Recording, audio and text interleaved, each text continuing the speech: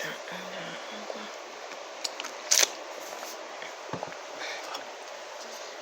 As coisas são cincho.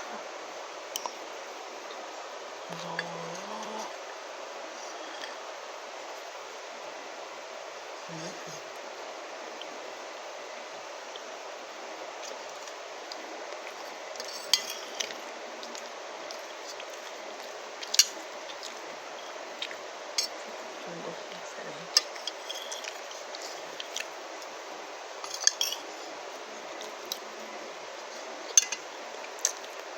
É isso aí, gente.